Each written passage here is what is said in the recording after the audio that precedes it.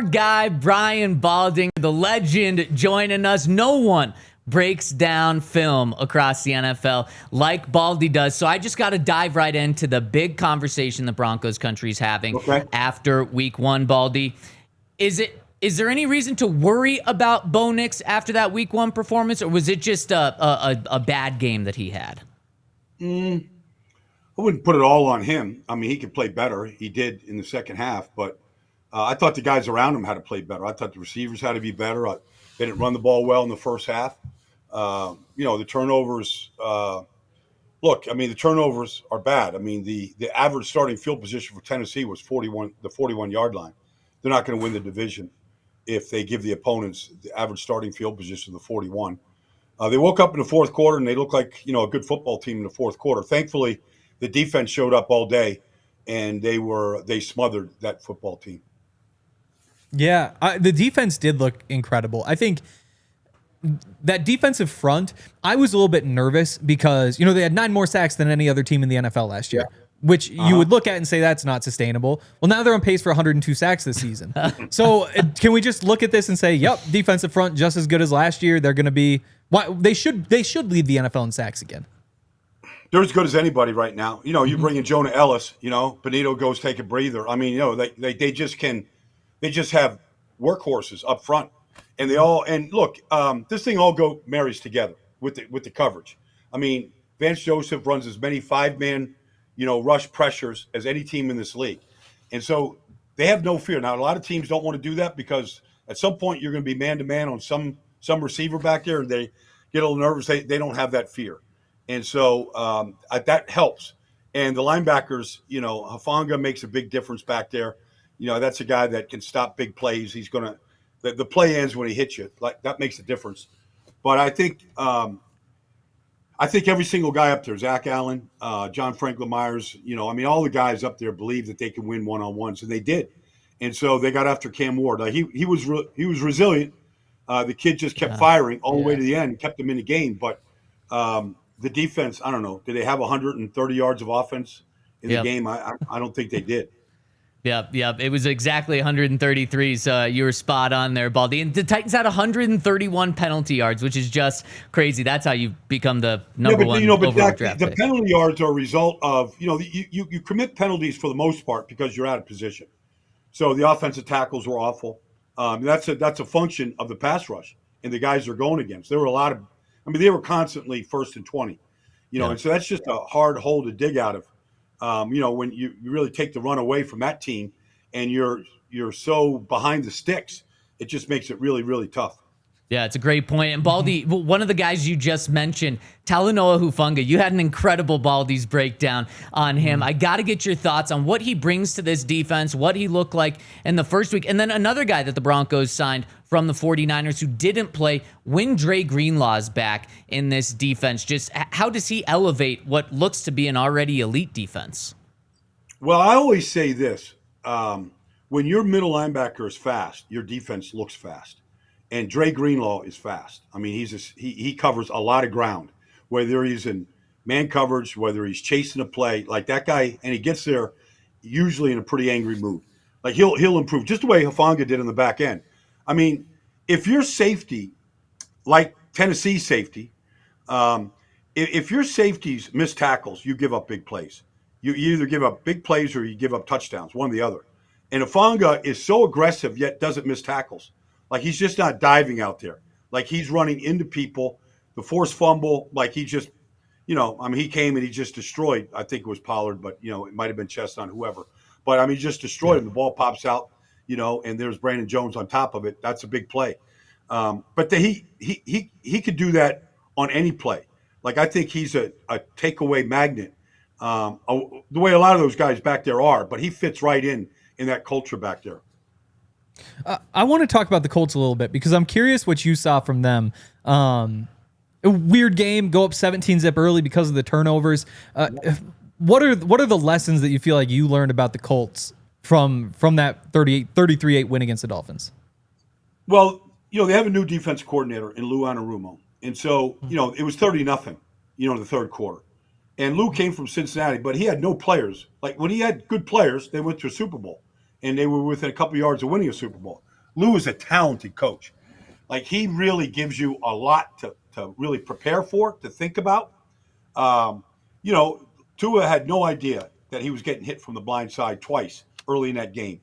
And then the interception. I mean, you wouldn't think that your star pass rusher is going to drop into coverage and get into lane and take the ball away like he did. But you're going to get a lot of different looks. You're going to get 3-man rushes. You'll get a lot of twist stunts. They're very, very good up front. They got a lot of highly drafted players there. And then they've got guys that were off the street that are happy to be playing. Xavier Howard was on the street for a long time. He got signed and he made a difference, recovered a fumble. So it's a blend. And then offensively, I thought Shane Steichen called one of his best games because Daniel Jones has had problems in his first 6 years in New York reading coverage. And it was paint. It was like basically, paint by numbers. It was like, okay, here's a half field read. Is this the coverage you're getting? You go to Tyler Warren here. You get this coverage and they double Tyler Warren, then you go to Pittman down here for a touchdown. I mean, he really made it. He really simplified. I'm not taking anything away from Daniel Jones, but that's the best game I've seen him play in years. And he really didn't make any mistakes. But it was the picture that got painted because of how they attacked the defenses of Miami, especially that secondary. It made it pretty easy for him just to hit that back step and let it fly. It was very impressive. So then, Baldy, who's responsible for throwing Daniel Jones off when it comes from the Broncos? Is that interior pass rush, the edge guys, Vance Joseph making it more complicated? How do you make it so it's not easy for Daniel Jones to paint a picture? Okay, so the first thing you do is you try to take the number one read away. Whether it's by formation or down and distance, or Tyler Warren was a part of that offense from the very beginning, but he's also an excellent blocker. But he kind of got them jump started. He's a tremendous target. They do a lot of things to get him free, like a good tight end does. But I would say if you could take the first read away and make Daniel Jones, because when you go from your first read to your second read to your third read, if you get fortunate enough because your protection is good enough, your feet better move with your eyes. And Daniel Jones has struggled with that in the past. He struggled with resetting his feet, and then he gets I'm not going to say lazy, but he becomes more inaccurate when he doesn't move his feet and prepare like that. And so if you take the first read away and you get Daniel Jones to go to a second read, let's see how accurate he is on the second read when, Denver has all those playmakers in the secondary that are just looking to take the ball away. What do you think the Broncos do coverage-wise? It's interesting because, to me, you have to put Pat on Michael Pittman. Like, he's a true number one receiver. Is there any thought, though, to saying Tyler Warren looks like a threat in the middle of the field? Do you bump him inside and let the other guys play on the boundary? That's a great question because I've seen Pat, on Brock Bowers last year. And, I don't think just because the size. I mean, I was around Tyler Warren at his pro day in Penn State this year. He's a big dude, man. Like, he's a big, tough kid. And, you saw on the short yardage situation, he just takes it on 3rd and 1 and just pushes the pile. He takes the snap. But it's a consideration for sure. It's a very small sample size. It's one game. So I'm not sure Vance kind of has figured them out yet. Maybe he does from past performances by Shane Steichen and what he has done. But they've never had a player like that in Indianapolis since, Dallas Clark. So it's been a while. But I would think Patrick, just, knowing Patrick, like, give him to me, coach. I got him. Like, he would want that assignment in key situations. Baldy, kind of along those lines. Well, actually, going a different route. With the Broncos' next 4 games, Indianapolis, then they play the Chargers on the road, then the Bengals at home on Monday night, and then the Eagles. So I'm not trying to disrespect the Colts. I think they're a good football team. But when I look at those next 4 games, I think this is the easiest among those. Am I still sleeping on the Colts a little too much with that? Or is this actually the Broncos' easiest? I want to put it in quotes because I still don't think it's easiest game of the next 4. Well, I mean, look, they couldn't run the ball at all in the first 3 quarters of the game. I mean, that's got to change. Now they got a rhythm, and RJ hit one, and they got going there in the 4th quarter. But I mean, they weren't moving the line of scrimmage. Now I would say that Jeffrey Simmons is a beast, but so is DeForest Buckner. Like their front is really good. Latu is way more than just a pass rusher. That guy's a fundamentally sound football player. Zaire Franklin, he's like, he's going to get you 140 tackles a year. They got to do a much better job up front, against Indianapolis, because they got to get the running game cranking. A lot of things get fed off of that, the play action, the bootlegs, and that kind of thing. So I would say that that's priority. But yes, in theory, well, not in theory, after just the first week, Indianapolis isn't what Cincinnati's offense is, although Cleveland shut them down completely. Yeah. Philadelphia didn't score a point in the last 20 minutes of the game against Dallas.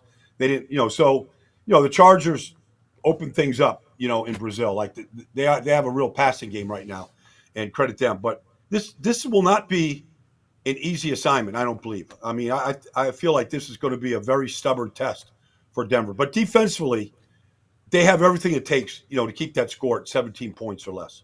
Yep. Yeah. I want to go back to that offensive line. There was more of the wide zone rushing, which is something we had expected based on what they're doing in training camp. I thought the Dolphins hit a couple big runs against the Colts with Devon Achane using that wide zone, but kind of had to get away from it because they're down by so much in the game.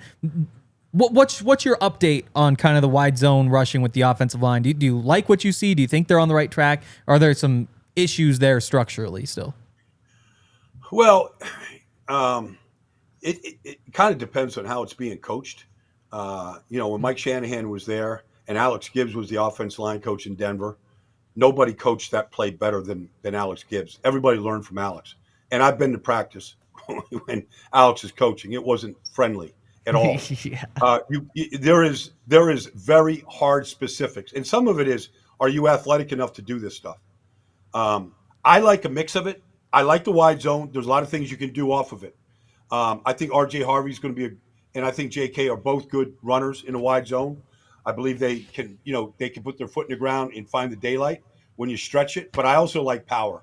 I want to see Quinn, pulling and knocking, just hitting somebody with some chin music right there, knocking them back. I want to see some of that too. So I think there's a place for a healthy blend in a power running game, and then I'm not saying the wide zone is finesse. It isn't, but there is some athletic ability that's required for that to be really good. Because if you're not cutting off these three techniques and you're not stretching them and getting them on their skates and running with them, and they're upfield, like the thing doesn't stretch, like the thing cuts back, and so it's that DeForest Buckner is a problem when you run that play. And Baldy, final football question for you. In a week from now, are we talking about a 2-0 Broncos team or a 500 1-1 Broncos team? Well, I mean, if they take care of the football, I think they're 2-0. But I mean, you give it up 4 times in a game, you're not going to win many of them. You're not going to get a rookie quarterback, that's making his first start. You're not going to get any of that. And the offensive line in Indianapolis, I believe, is much better than Tennessee's. You won't get the penalties that they got the other day. So, I mean, if they take care of the football, that's the first play. Without being, with still being aggressive with the ball, then I feel like they should come back 2-0. Yep, I agree. We hope you're right. Final one really quick, Baldy. Did you have an injury to your pinky while playing football? Yes. That looks like it's bent in the wrong direction. I think it's never been in the right direction. Yep. I've been going like that now for better part of like 40-something years. Now that's my signature.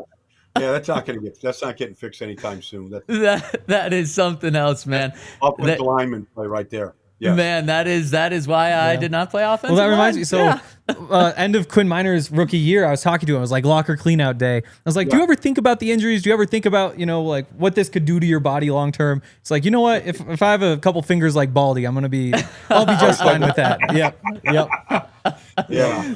God bless Quinn, man. He's a perfect meathead, man, and I say that with all due respect to what I think is a great player. Well, Baldy, all due respect to you. We love having you on. Can't wait to talk to you this coming weekend. Next week. Let's go. All right. There's the legend, Baldy.